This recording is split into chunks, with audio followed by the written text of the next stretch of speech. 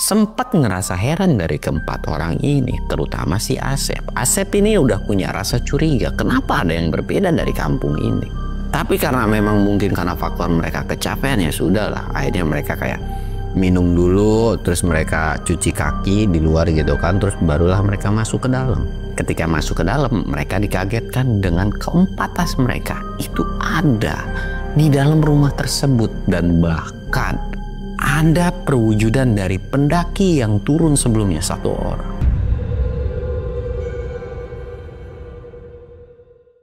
Assalamualaikum warahmatullahi wabarakatuh. Balik lagi di channel Samsul Mister Horror. Dongeng horor gue kali ini, gue bakal melanjutin ceritanya si Jaya nih dengan kondisi masih di tempat yang sama gitu kan. Dan buat kalian yang penasaran dengan ceritanya, kalian wajib tonton video ini sampai habis, dan jangan lupa like, comment, subscribe, dan share video gua ke banyak orang.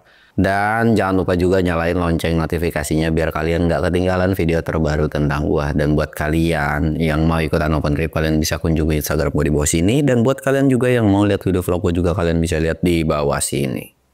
Dan nggak usah banyak basa-basi lagi, kita mulai ke segmen donor. Dongeng horor dimulai.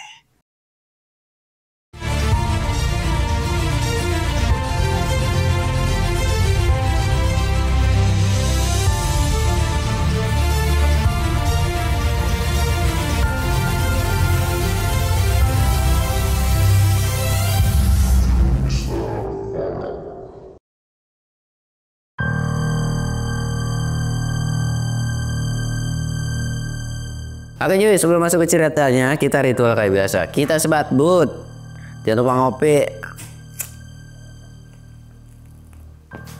Sebenarnya gue tuh pengen ngetek di sini tuh cuma sekali doang cuy. Diri anjir, pegel. Agak ada kursi, nyari-nyari tadi itu. Ya, terus kemarin banyak yang minta ngasih respon ke gue tentang Gunung Semeru lagi. Kemarin gue udah bahas tuh, mau buka di tahun ini, tiba-tiba nggak buka. Terus mau tahu buka di tahun depan, ya kita nggak tahu juga ya, kita berdoa secepatnya saja lah ya. Dan gue juga tidak tahu buka sampai puncak atau cuman sebatas sampai Ranukumbolo.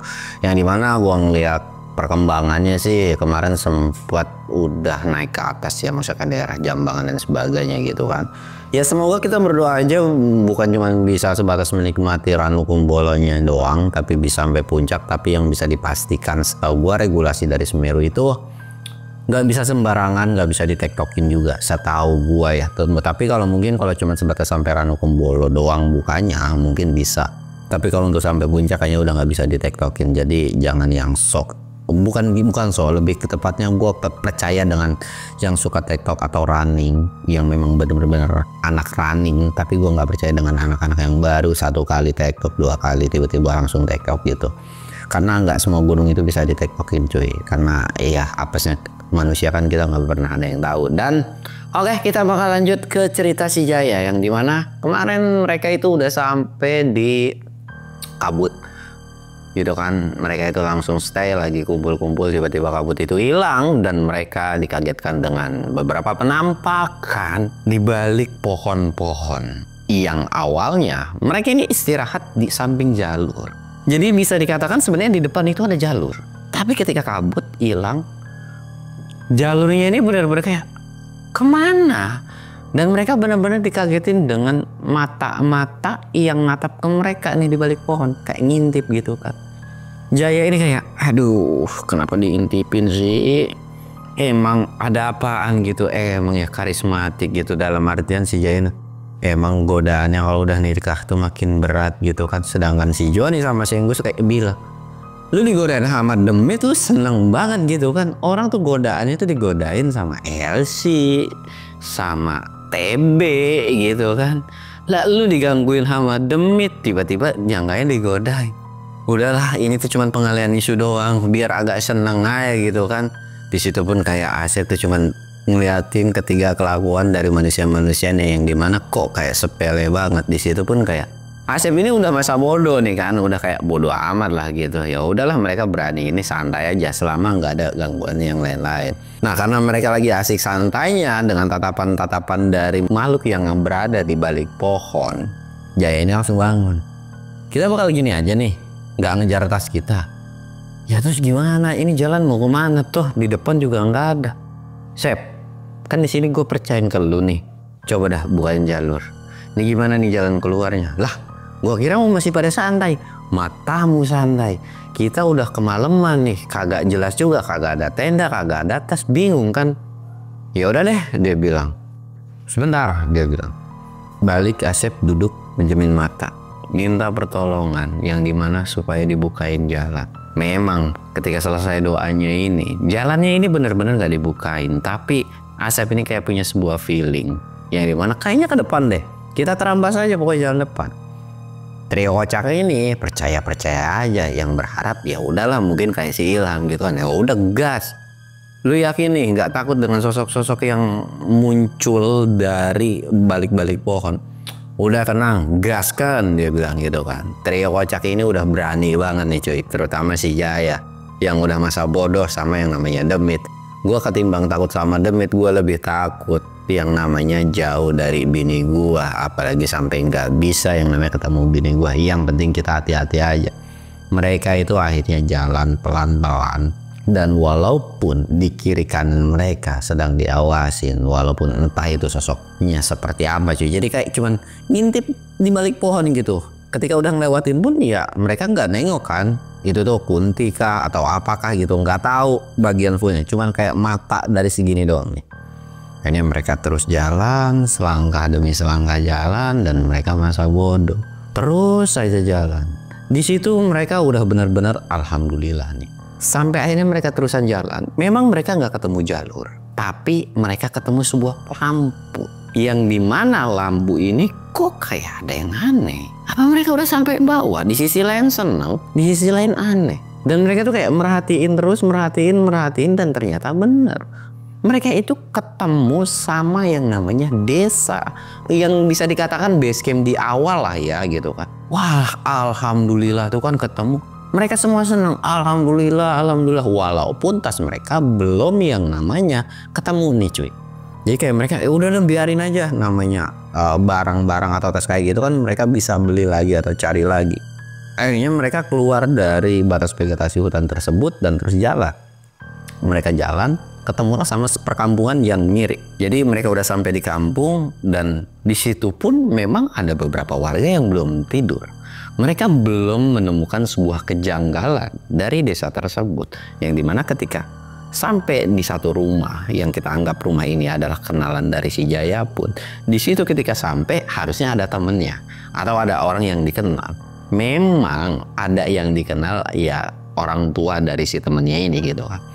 Tapi mereka ini diem. Jadi kayak Assalamualaikum gitu kan.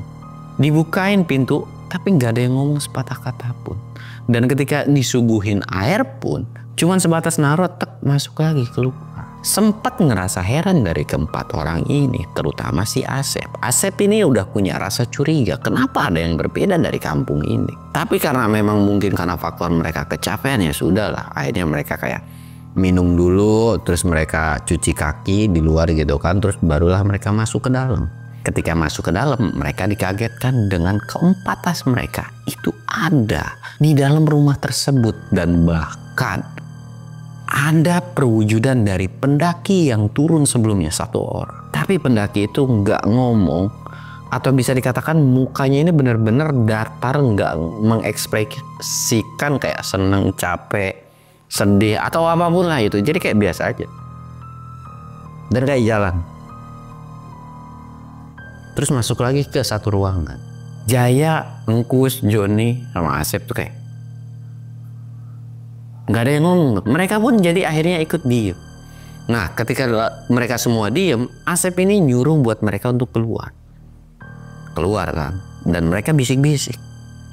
Gue ngerasa kok ada yang aneh ya dari tempat kita yang berada stay di sini. Ah lu mah mikirnya aneh-aneh aja kali gitu kan. Orang kita udah sampai kok, lagian tas kita juga udah nyampe. Ya siapa tahu memang itu mereka maling, tapi kita nggak usah yang namanya memperdebatkan lah. Toh ini juga tas kita. Tapi kalau mereka maksa buat maling, ya udah gas aja, sikat aja gitu kan. Udah tuh selesai kan. Akhirnya mereka kayak ya udahlah, udah tengah malam juga, sekitar jam 1 atau jam 2. Ya udah kita istirahat deh, nggak usah mandi, besok mandi pagi aja gitu kan. Dan mereka setuju tuh, ya udah masuk ke dalam dan nggak perlu ada yang dibahas apapun. Akhirnya mereka ngerebahin badan, dan karena memang faktor badannya mereka ini capek, akhirnya mereka kayak tidur dengan cepatnya. Dalam tidurnya ini, Jaya ini ngerasa bahwa dia tuh tidur udah lama. Mungkin bentar lagi pagi gitu kan. Sempat mau pipis yang gimana, bangun gitu kan.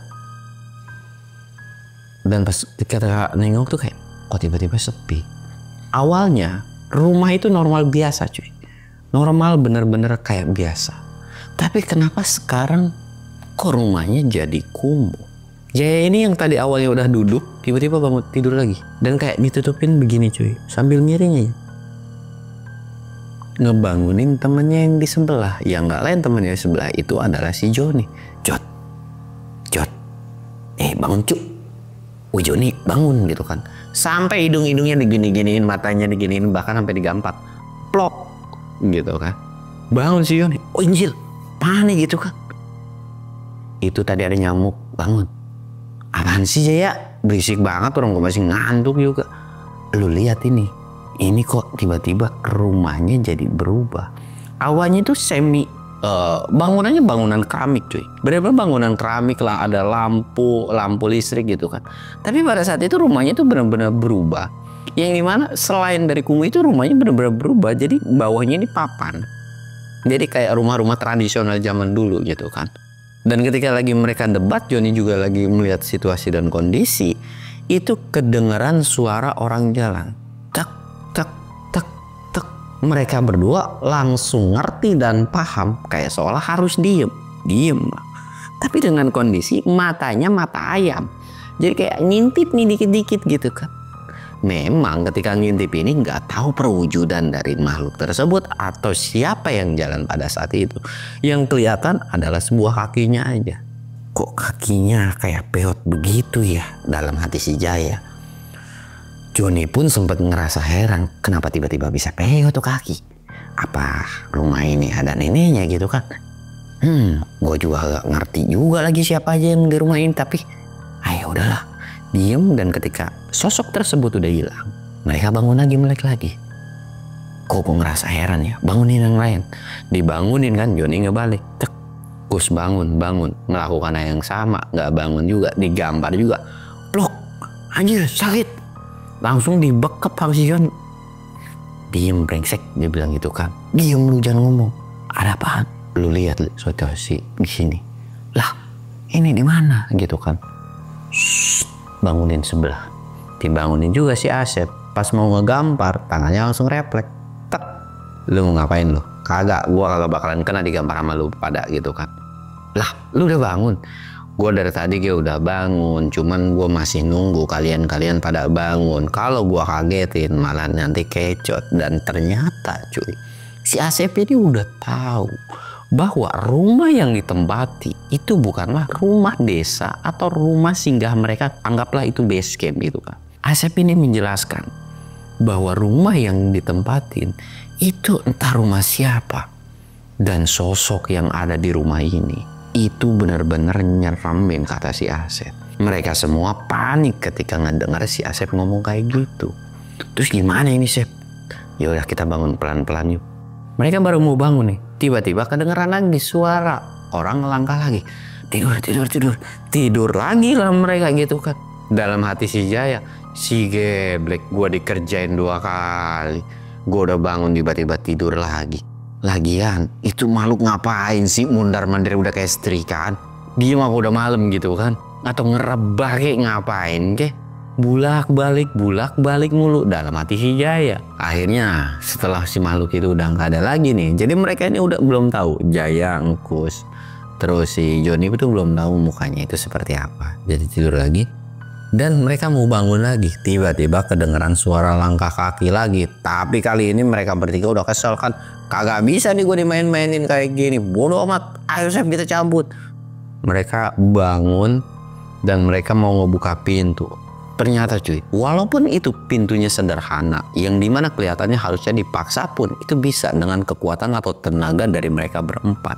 Tapi itu beneran gak bisa dibuka sama sekali. Dan mereka sadar bahwa di belakang mereka itu ada yang merhatiin atau ngeliatin mereka berempat. Mereka berempat langsung nengok dong ke belakang. Si Asep langsung ucap istighfar, astagfirullahaladzim. Lu semua tenang. Di situ pun Jaya langsung tiba-tiba getar nih dengkulnya. Anjir, itu apaan cuk? Gue baru ngeliat yang kayak beginian. Ya, yang dilihat sama mereka entah itu apa coy. Jadi kakinya setengahnya itu normal seperti manusia. Ya mungkin udah mau berumur sekitar 50-60 tahun. Tapi badannya itu kayak ngembang gede sendiri. Jadi kayak aneh. Harusnya kalian pasti tahu namanya gambar karikatur yang kepalanya itu gede kan. Nah ini enggak, ini badannya ke atas. Dan selain gede juga tidak bisa dibilang itu cewek atau laki-laki. Bingung. Sedangkan mukanya itu benar-benar jelek banget, banyak totol-totol kayak bisul entah apalah. Satu tangannya ngebawa parang coy. Di situ Jaya dan teman-temannya panik termasuk si Asep. Tapi Asep harus gimana caranya ngelindungin ke teman-temannya ini. Asep mulai pasang badan. Lu nggak bisa ya macem-macem dengan teman-teman gua dan nyakitin kita semua. Cepet keluarin kita berempat dari tempat ini. Itu makhluk kagak ngomong apa-apa, langsung ngambil parangnya dan dilemparin. Dan hampir kena dari si Engkus. Untungnya Engkus kayak set gitu kan, ngeles. Kagak kan. Dan itu parahnya tuh udah kayak nancep gitu aja ke pintu. Teng. Mereka yang awalnya pede, berani, tiba-tiba langsung kayak getar bener-bener. Termasuk si Asep juga nih. Sep, udah Sep, kagak usah ditantangin Sep. Sep, serem banget itu kan. Dan ketika udah dilemparin parang, makhluk itu ngebalik badan dan bilang, kalian berempat akan bisa keluar dari rumah ini. Dan kalian harus menunggu giliran. Sambil pergi ke belakang. Sedangkan bingung nih, apa nunggu giliran, apa antri sembako, antri bansos atau apa gitu kan. Jaya ini lagi nanya-nanya, gimana coy. Dan kali ini awalnya tuh nggak kedengeran apa-apa, jadi cuma sebatas suara langkah. Tapi kali ini kayak ngedenger suara entah lagi melakukan apa gitu, kayak mukul atau motong sesuatu gitu, tapi kedengeran. Mereka tuh kayak yuk ngintip yuk. Ngintip lah. Sedangkan si Jaya itu coba buka, sedangkan si parangnya, ini parang nih, itu tuh dicabut itu nggak bisa cuy. Awalnya tuh nggak bisa. Jadi kayak udah kita lihat apa sebenarnya yang dilakuin sama si makhluk ini di belakang. Ketika dicek, mereka benar-benar dikagetin yang dimana makhluk itu seolah kayak sedang, ya kita nggak usah dibicarakan ya, memotong sebuah daging yang entah itu daging apa. Tapi yang pasti ada sebuah pergelangan tangan yang kelihatan bahwa itu adalah manusia. Mereka berdua langsung teriak, wah geblek nih dembit ya. Langsung kayak gitu dong, langsung cabut dan buru-buru, woi buka gitu kan. Dan benar-benar nggak bisa sama sekali dibuka sampai akhirnya dari arah belakang tanpa harus muncul. Itu makhluk langsung ketawa ngegelegar sekencang-kencangnya, seolah kayak ngetawain dengan apa yang mereka lakukan itu sebuah percuma, nggak bakalan ada faedahnya, dan lu juga nggak bakalan bisa keluar dari tempat ini. Itu bener-beneran ketawa. Dan Jaya cuy kali ini dengan beraninya dalam hatinya, gimana caranya gua harus bisa balik, sambil megang golok tersebut atau parang tersebut. Bismillahirrahmanirrahim. Dan pas selesai itu golok atau parang ini dicabut, deng, Jaya udah mau jalan kan. Gua sikat, kagak peduli itu badannya aneh kayak begitu juga. Bismillah aja dah. Gua percaya bahwa kalau orang baik, orang yang beriman sama yang namanya setan itu nggak bakalan pernah kalah. Di situ pun Asep geleng-geleng kepala yang dimana, wih keren nih. Asep juga sebenarnya agak sedikit ciut, tapi gara-gara udah si Jaya berani pun, udah ayo gas sini dah, gua aja, udah kagak perlu, gua aja yang maju. Dah tenang, kalian semua di belakang nih, gua bos sayam gitu kan. Udah kita jalan, baru mau jalan selangkah tak, itu si demit tiba-tiba muncul sambil bawa parang kiri kanan gitu kan. Aduh, kok tiba-tiba gue geter ya. Jay, ayo Jay, kata Joni gitu kan. Matamu ayo, lu kagak lihat no kiri kanan. Nah gue cuma satu dong. Tadi lu bilang ayo. Kagak dilawan gimana, dilawan tapi bukan lawan-lawannya gua gitu kan. Udah bismillah aja. Akhirnya Jaya tuh coba beraniin. Dan bener-bener mereka temennya ini kayak langsung mencar buat ngalihin. Seolah kayak iya bisa dialihin kali gitu kan. Tapi tatapan dari si makhluk ini nggak peduli dengan yang sebelahnya. Justru tatapannya itu natap ke si Jaya, yang dimana Jaya ini kan bawa parang. Seolah itu adalah sebuah ancaman. Nah ketika teman-temannya ini mau ngeroyok, itu tangannya langsung kayak nyabetin begini. Set. Mereka bertiga langsung diem dan nggak berani nyamperin. Dimana itu kalau kena buset, bukan main kebesetnya. Jaya tuh kayak udah getar, nggak berani buat yang namanya maju. Karena tahu ini lawannya bukan kaleng-kaleng gitu kan, tapi ditekatin lagi, dibuletin lagi bahwa gua ada istri yang nunggu, ada keluarga yang nunggu di rumah, dan gua nggak bisa tuh yang namanya terjebak di tempat seperti ini. Bismillahirrahmanirrahim. Jalan sambil lari, set. Itu makhluk langsung kayak, tapi refleks Jaya tuh langsung ngeles, set, dan dibacokin cuy, digini, cek, dan itu bener-bener yang namanya di bahunya nih, tapi diem, ditarik lagi kagak bisa, dan Jaya tuh langsung kayak mundur dengan kondisi jatuh kan, cek, anjir, mundur lagi, dan itu cuman bisa, cok, ngapa kagak lu ambil lagi tuh goloknya, kagak bisa kecabut. Dan makhluk itu benar-benar yang awalnya matanya normal biasa tiba-tiba merah, dan bukan merah lagi, justru berubah jadi hitam. Mereka berempat panik, dan tanpa mereka sadar ketika salah satu dari mereka ini buka pintu itu, wih pintunya bisa kebuka nih, bisa kebuka. Mereka itu benar-benar langsung jalan keluar dari rumah tersebut. Tapi baru beberapa langkah Asep, Jaya punya refleks yang bagus, langsung narik kedua temennya. Slow berdua. Ternyata ketika keluar dari rumah tersebut, itu adalah sebuah jurang. Sekitar beberapa langkah lagi, mungkin mereka bisa terjun bebas, yang dimana itu adalah sebuah blank yang langsung push. Dan ketika mereka ngeliat ke belakang, rumah itu udah nggak ada lagi. Bahkan makhluk tersebut pun udah nggak ada. Akhirnya mereka langsung melipir dan nyari tempat yang aman untuk bersandar pada saat itu. Jadi akhirnya mereka istirahat tuh. Aduh anjir, kenapa tiba-tiba bisa nyasar kayak gini ya? Gue capek banget lagi, gue pengen buru-buru pulang. Ini kenapa bisa nyasar, kagak ada tenda, kagak bisa rebahan, apa kita rebahan aja tidur di sini? Kagak bisa nih, ini tempat bener-bener angker. Karena memang ketika mereka lagi istirahat, suara binatang, entah itu burung, entah itu monyet, entah itu apa, jadi di tiap pohon itu tuh berisik dan riuh banget. Tapi mereka berempat ini nggak memperdulikan dan masa bodoh lah pada saat itu. Di sini Asep cuman minta maaf karena kejadian ini nggak bisa yang namanya nolongin mereka bertiga. Tapi si Jaya ini kayak udah santai aja Sep, tenang aja, lu nggak usah takut. Kita selama masih berempat, kita masih solid, nggak perlu saling salah-salahin. Kemana-mana kita berempat, udah aman aja. Yang penting ada rokok kan masih ada. Ada, dia bilang. Ya udah kita sebat dulu. Sebat mereka tuh dengan santainya, karena memang bener cuy.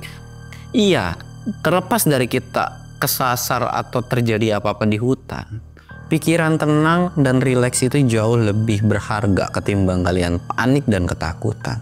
Karena itu yang bakalan menimbulkan malapetaka ketika kalian nyasar di gunung atau kenapa-napa di gunung. Sampai akhirnya mereka sebat-sebat santai gitu kan. Jaya ini bilang, kali ini komando gua yang ambil alih. Lu semua percaya kan bertiga sama gua? Ya udah, gas. Gantian aja, kalau si Jaya agak bener nanti Singkus, kalau Singkus nggak bener nanti ada si Joni. Ya udah ayo. Udah selesai nih sebatnya, kita jalan. Jalan mereka.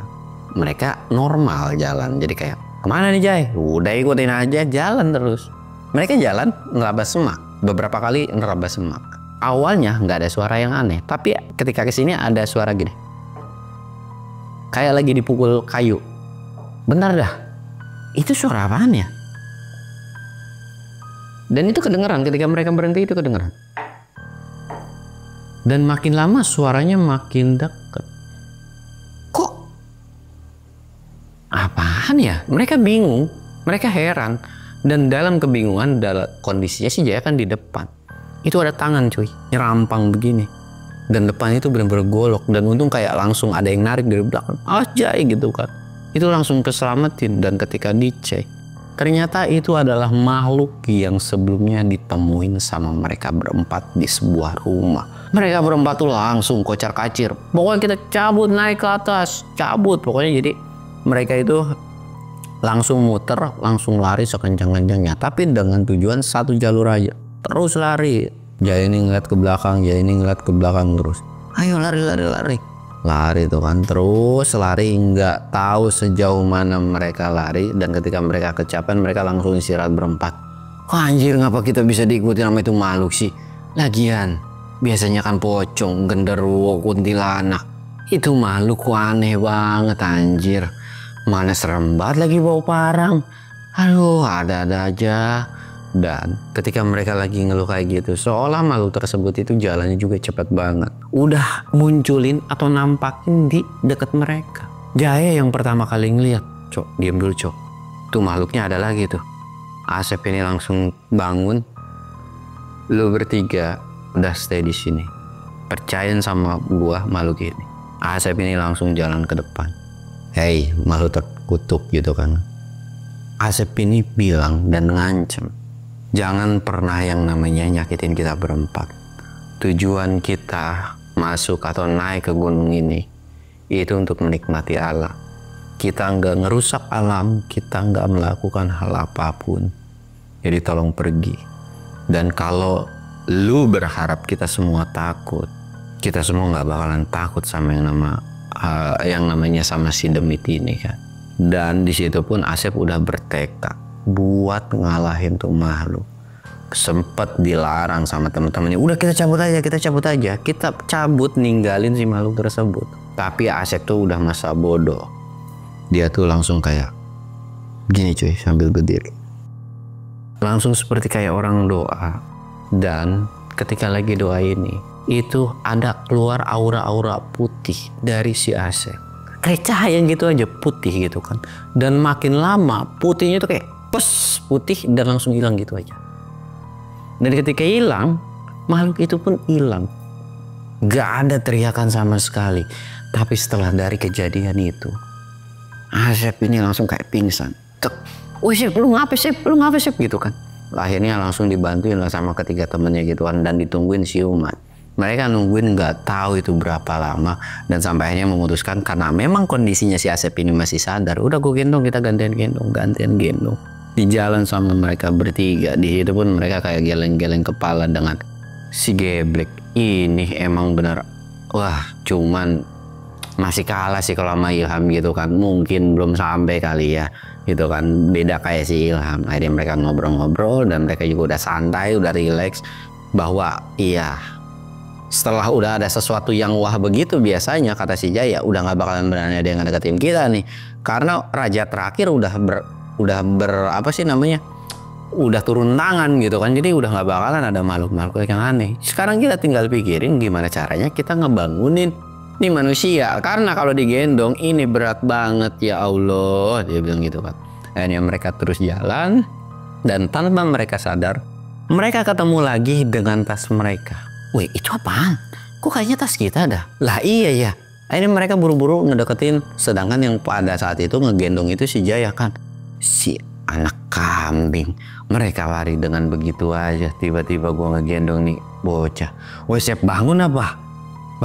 Ah elah, dia bilang gitu kan ambil ngeluh. Ya udah mau gak mau kan digendong jalan. Dan ternyata si Asep ini udah sadar sebetulnya. Tapi ya lumayan lah digendong daripada capek kan. Dalam hati si Asep begitu. Diem aja. Terus dan ketika Jaya pun udah sampai di tas, akhirnya direbahin itu dengan pelan-pelan. Kondisi direbahin.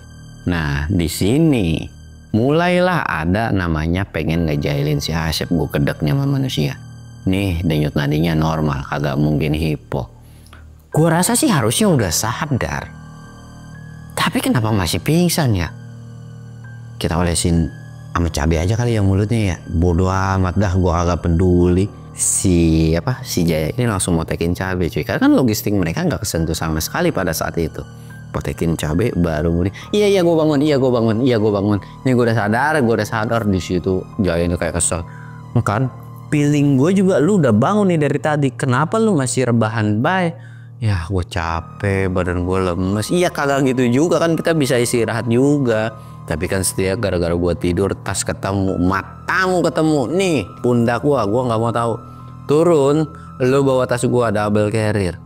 Ya elah berat, dia bilang. Udah bodo amat, ya udah kita masak-masak dah. Gua gak tahu ini jam berapa. Udah kita masak-masak, kagak usah bikin tenda. Masak-masak aja. Akhirnya mereka tanpa bikin tenda, cuman ngebentangin plastik, mereka masak-masak.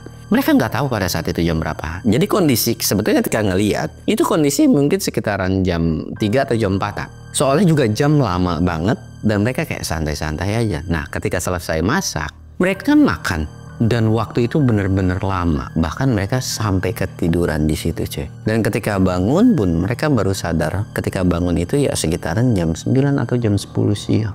Wih siang nih, udah siang nih, banget. Lah, kita di mana nih? Ayo udahlah, bangun buru-buru, bangun. Dibangunin semua dan tanpa pikir panjang mereka langsung makan, minum dan sebagainya, langsung udah ya turun yuk. Udah nggak bener ya pendakian. Mereka turun tuh, kucuk turun. Dan sampai akhirnya alhamdulillah mereka sampai di kampung yang sebelumnya. Cuman karena ada trauma yang sebelumnya, mereka tuh langsung buru-buru cabut dari kampung tersebut. Dan buru-buru cabut dan nyari rumah makan yang dimana mereka pengen makan nih, ya di rumah makan Padang gitu kan cuy. Mereka makan sambil ngobrol-ngobrol lagi, dan di situ pun Asep kayak nyalutin ke mereka bertiga yang dimana, lu bertiga keren, pokoknya TOP dah, dia bilang gitu kan. Mereka bertiga cuman udah nggak usah dipikirin, lagian juga kalau naik sama kita udah pasti ketemu demit. Ya bukan kita kemauan kita sih, entahlah ya. Nih satu bocahnya si Joni sambil nunjuk, lu naik gunung sama dia, gunung manapun, main ke kampung manapun, udah pasti ditemuin sama demit, kata si Joni pada saat itu. Ya mereka tuh kayak udah hal yang biasa, dan mereka pun udah bisa menyikapi ketika ketemu demit. Ya bisa dikatakan udah jauh lebih dewasa, ilmunya juga udah lebih tinggi, yang dimana mereka juga sholat udah rajin dan sebagainya. Dan itu pun benar-benar sebuah pengalaman Asep yang dimana memang Asep nggak mau berbuat lebih, masih sungkan, masih takut dan ragu. Tapi ya itu dimaklumin aja lah, mungkin takut kenapa-napa dengan mereka bertiga. Tapi Jaya ini bilangin ke Asep itu udah tenang, kapan-kapan kalau naik lagi lu gak usah panik, apalagi ketemu sama si Ilham, lu tahu sendiri. Iya sih, sama Ilham tuh kayak gitu kan. Akhirnya mereka ngobrol bercanda-bercanda dan singkat ceritanya mereka pulanglah ke rumah masing-masing. Ya di pikiran mereka bertiga sih lagi mikirin yang namanya si Ilham sama si Sinta.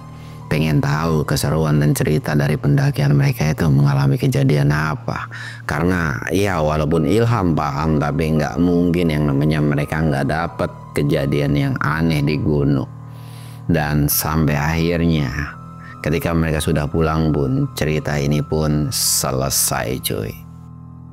Ya segala sesuatu yang positif dari cerita ini silahkan kalian ambil, yang negatifnya silahkan kalian buang. Gua Samsul undur diri. Assalamualaikum warahmatullahi wabarakatuh.